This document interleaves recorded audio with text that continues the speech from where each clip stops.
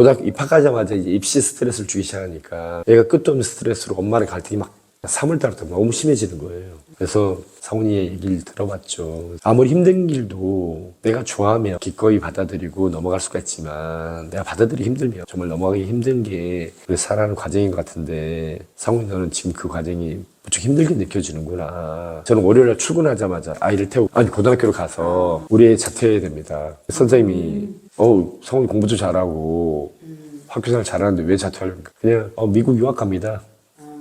그냥 그렇게 말하고 그냥 자퇴를 시켜버린 거예요. 그 클래스가 자유롭게 운영되는 방식이다 보니까 상훈이도 처음에는 잠을 그렇게 늦게까지 자고 막 그런 시간들을 제법 보냈죠. 그 과정에서 벤자민에 주어지는 프로젝트를 좀 더 적극적으로 하려는 의지를 보이기 시작하더라고요. 국토종주 열심히 했었고 무엇보다도 가장 인상 깊었던 것은 독도를 다녀와서 벤자민 동기들하고 같이 독도가 우리 땅이라는 것을 기념비적으로 세우기 위해서 자기네들끼리 소녀상을 세우겠다는 프로젝트를 이행해가는 과정에서 소녀상을 제작하는 조소 화가님 만나서 멘토링 받고 또 비용도 필요하니까 그것 또한 뭐 펀딩을 받아서 몇백만 원 썼던 것 같아요. 그 자금으로 소녀상을 만든 거죠. 그러고서 이제 울릉도 독도는 경상북도 행정구역에 속하니까 당시에 도의장님도 만나고 도지사님도 만났습니다. 불과 17살 나이에 도지사님하고 벤자민 애들 서너 명이서 상담을 한 거죠. 독도에 소녀상을 세우고 싶다고. 도지사님이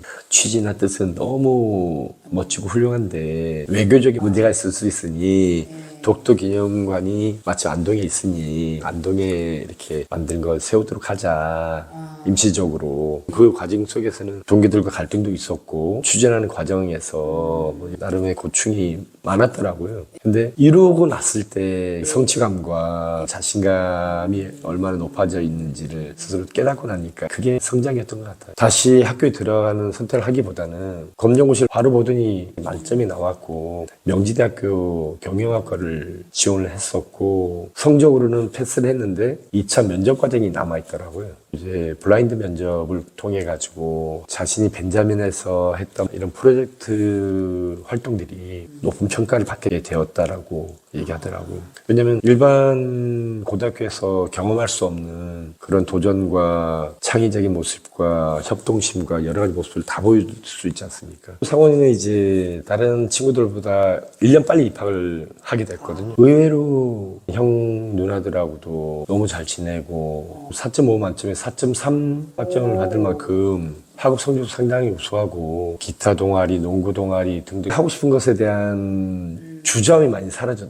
것 같아요. 지금 대학교는 단체로 발표하는 그런 시간들이 많더라고요. 지난 학기는 5과목을 5개 발표를 자기가 다 하고 있더라고요. 그 정도로 주도적으로 하고 선배들도 이뻐라 하고 4학년 들어가면서 친한 선배 형하고 같이 창업 동아리 들어가서 어떤 아이템 하나를 기획을 하고 결국은 동아리 내에서는 우승을 하고 우승을 한 그 타이틀을 가지고 좀 더 큰 대회가 있었나 봅니다. 거기서 바로 또 준우승까지 해가지고 이쪽이 자기가 해보니까 너무 재밌다. 개인적인 자질도 뭐 꺼내서 써봐야 알지 않습니까? 근데 그 꺼내서 쓸 수 있는 기회가 저는 벤자민이었다고 생각하는 거죠. 우리나라에 있는 수많은 청소년들이 틀에 박혀있는 제도 속에서 공부를 하다 보니까 내가 어떤 재능과 어떤 자질을 가지고 있는지 알 수가 없지 않습니까? 그 가치와 꿈을 실현할 수 있도록 우리 부모들이 먼저 기회와 가능성을 열어주어야 하지 않나 저는 그렇게 생각합니다.